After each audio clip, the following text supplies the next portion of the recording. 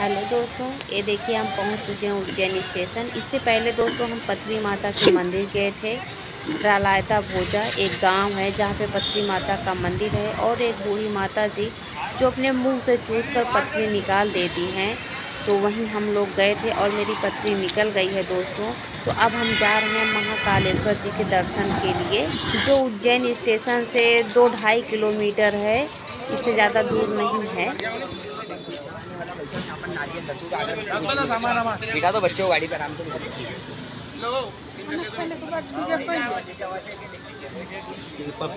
खाना खा के पूजा कर चला नहा लिया बस।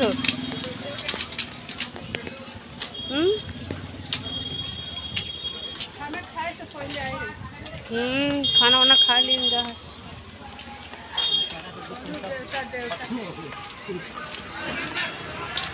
अगर आप महाकालेश्वर के दर्शन के लिए आते हैं उज्जैन, तो सबसे पहले महाकालेश्वर का मंदिर पड़ेगा।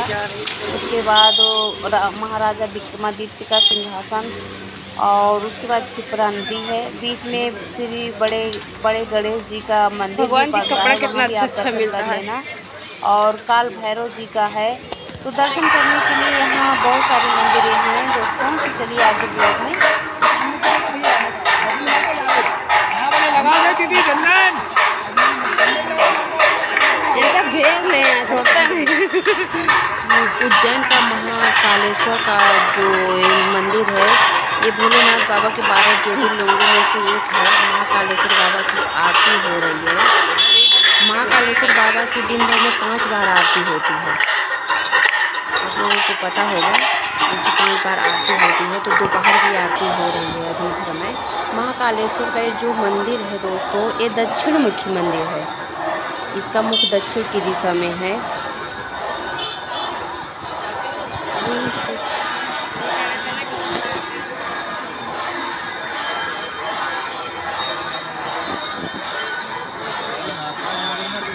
तो पीछे गए।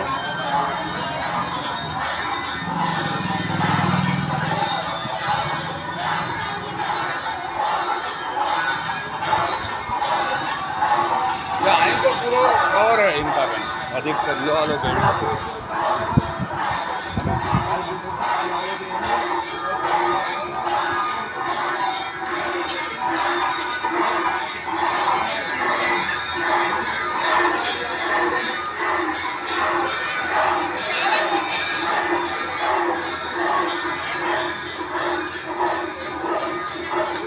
जो जाली के उस पार से लोग दिख रहे हैं दोस्तों, वो महाकालेश्वर के दर्शन करने ही जा रहे हैं।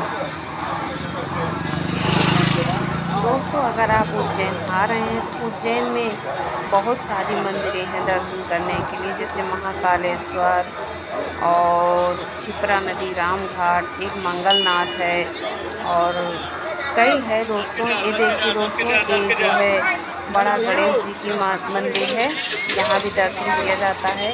और काल भैरव है, काल भैरव जी हैं उज्जैन में। और जो है महाराजा विक्रमादित्य का भव्य सिंहासन पे विराजित एक जो है मूर्ति है, उसको भी आप देख सकते हैं।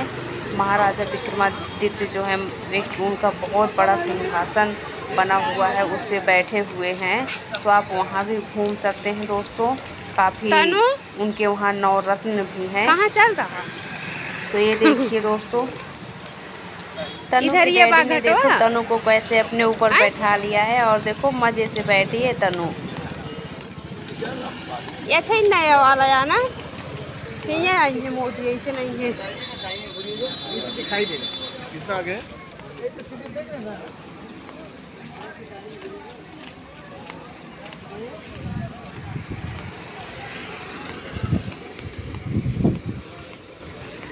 तनु रेडी या इधर ही आएंगे मोदी जी ना, नए वाले पे।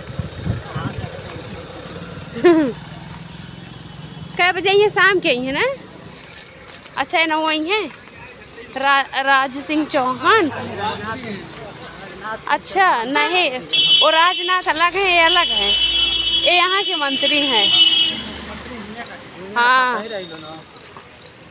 साथी रहेगा। ये सब न्यूज वाले हैं।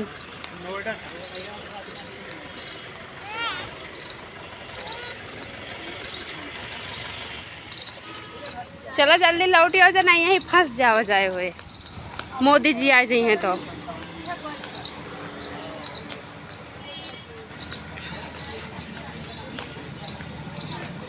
दोस्तों आज यहाँ मोदी जी आ रहे हैं, देखिए कितनी सजावट हुई है।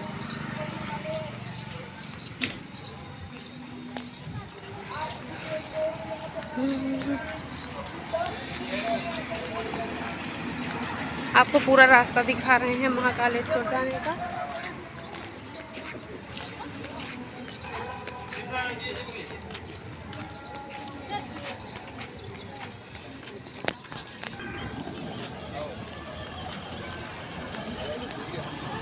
तो देखिए दोस्तों, हम लोग पहुंच चुके हैं जहां पर विक्रमादित्य राजे का सिंहासन रखा हुआ है। देखिए हम गेट से अंदर जाएंगे अब। लोग देखते रहिए। इसी के सब जा तो रहे विक्रमादित्य का सिंहासन और उनके गाड़ी नहीं बताओगे सब है शामिल है। उधरिया है, इधरिया देखो हैं। दोस्तों विक्रमादित्य कितना अच्छा है, देखो राजा थे वो महाकालेश्वर के बहुत बड़े भक्त थे। उन्होंने सिद्धियां जो है प्राप्त की थी और देखिए आपको दिखा रहे हैं। हाँ हाय हाय तनु हाय। हाँ देखिए यहाँ से दिख रहा है महाकालेश्वर का मंदिर। आज यहाँ मोदी जी आएंगे। ये देखिए सजावट हुई है।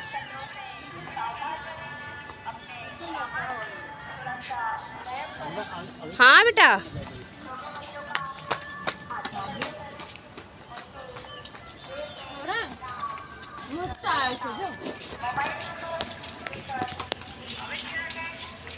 मारो पारी।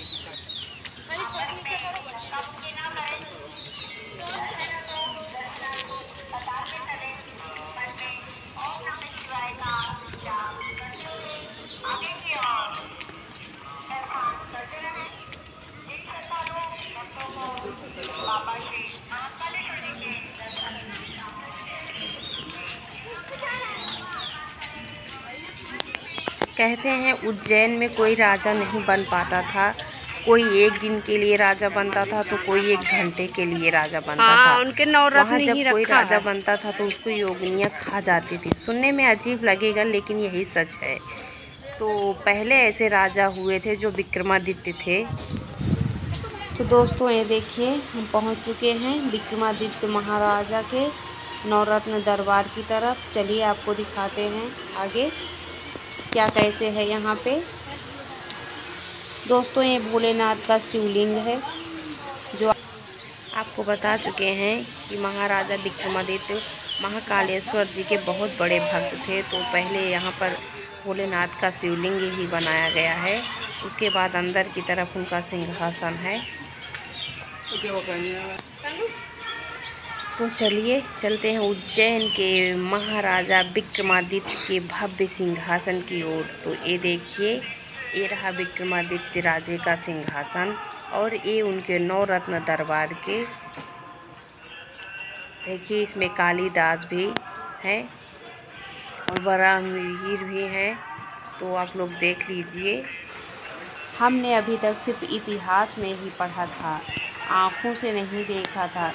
हमें गर्व होता है कि हम भारत के निवासी हैं, उस देश के निवासी हैं जिस देश में इतने महाप्रतापी राजा पैदा हुए और शासन किए थे।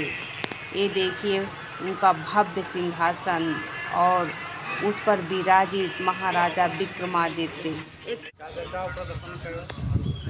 विक्रमादित्य उज्जैन के इकलौते राजा थे जिन्होंने 100 वर्षों तक शासन किया था और चलो देखिए वो एक सिद्ध पुरुष और अपने पौरुष बल पर उन्होंने उज्जैन पर राज्य किया।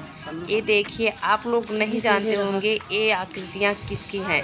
ये आकृतियाँ महाराजा विक्रमादित्य के सिंहासन के चारों तरफ लगी थी। ये योगिनियाँ हैं जो महाराजा विक्रमादित्य ने योगिनियाँ सिद्ध की थी। ये 32 योगिनियाँ हैं और 64 योगिनियों में से महाराजा विक्रमादित्य ने 32 योगिनियाँ सिद्ध की थी। अगर इंसान 64 में एक योगिनी सिद्ध कर लेता है तो समझ लो बहुत बड़ा काम कर लिया, बहुत बहुत बड़ा काम कर लिया। लेकिन राजा विक्रमादित्य ने 32 योगिनियाँ सिद्ध की थी, जो उनके सिंहासन में आकृति के रूप में रहती थी। और राजा विक्रमादित्य अगर कोई काम करने जाते थे तो इन योगिनियों से पूछ कर करते थे, क्योंकि यह योगिनियाँ जो थी कभी झूठ नहीं बोलती थी। इन योगिनियों के नाम हैं, कौन सी योगिनी कौन सी शताब्दी की, कौन सी कब की है, सब इसमें सब लिखा हुआ है। और ये देखिए, ये राजा विक्रमादित्य के सिंहासन में आकृति के रूप में रहती थी, तो राजा सब कुछ इन्हीं से पूछ कर करते थे। ये देखिए, कुछ इस साइड है, कुछ उधर है, तो सब की आकृति यहाँ बनी हुई है 32 की 32 योगिनियों की। और महाराजा विक्रमादित्य ने इन योगिनियों के साथ एक बेताल को भी सिद्ध किया था। आप लोगों को तो पता है कि यहाँ आज मोदी जी आएंगे। ये देखिए, सजावट हुई है। महाकालेश्वर मंदिर में कुछ पुनर्निर्माण हुआ है, उसी का आज मोदी जी आ रहे हैं उद्घाटन करने के लिए। ये माँ क्षिप्रा माँ है। ये नदी क्षिप्रा नदी है, जो विष्णु भगवान के अंग से निकली हुई है। ये देखिए, आप क्षिप्रा नदी को देख लीजिए। महाकालेश्वर उधर मंदिर, इधर राजा विक्रमादित्य का सिंहासन, बीच में क्षिप्रा मैया है। तो आप लोगों ने बेताल विक्रम की कहानी तो सुनी ही होगी। देखिए दोस्तों, आज मोदी जी आने वाले हैं। बेताल को भी राजा विक्रमादित्य ने सिद्ध किया था। हमने बेताल और विक्रम की कहानी तो बचपन में ही पढ़ी है और देखी भी है, क्योंकि टीवी में भी आता था। तो वो कहानी कोई काल्पनिक कहानी नहीं थी, वो हकीकत की कहानी है विक्रम और बेताल की। राजा विक्रम ने बेताल को सिद्ध कर लिया था, तो वो हकीकत थी, कोई धारावाहिक नहीं था। महाराजा विक्रमादित्य का जो सिंहासन था एक सुप्रीम कोर्ट की तरह था वो सिंहासन, क्योंकि अगर किसी दूसरे राज्य में कोई बात या किसी बात पर बहस होती थी, जब राजा नहीं उसको सुलझा पाते थे, तो राजा विक्रमादित्य के राज्य में उज्जैन आते थे। तो राजा विक्रमादित्य जो थे वो अपनी योगिनियों से पूछकर वो कार्य करते थे। माता गौरी के 51 शक्तिपीठों में से एक हरसिद्धि माता का मंदिर है, जो राजा विक्रमादित्य की कुलदेवी है, जो राजा विक्रमादित्य के महल के सामने ही है। तो अगर आप आ रहे हैं तो हरसिद्धि माता का दर्शन भी करें।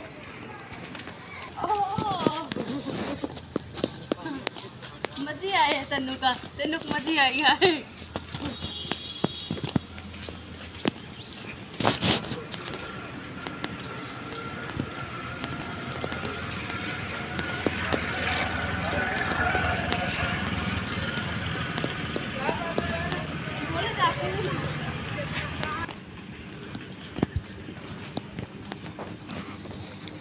ये तो बंद है।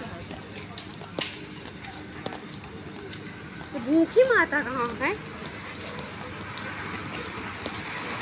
मोदी जी के आने के स्वागत में देखिए, मोदी जी की बड़ी बड़ी स्टैचू लगी हुई है, पोस्टर लगा हुआ है। ये देखिए, एकदम साफ सफाई हो चुकी है मोदी जी के स्वागत के लिए।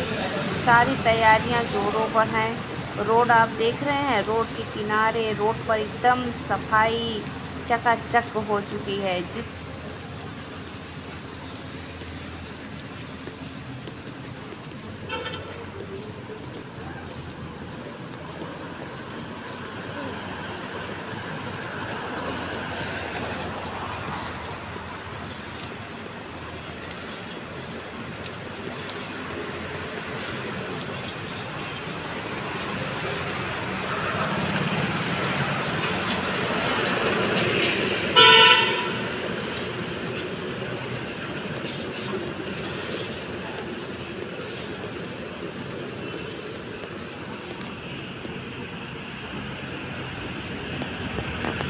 ये देखिए, मोदी जी के आने की स्वागत की तैयारी जोरों शोरों पर है, पेंट हो रहा है।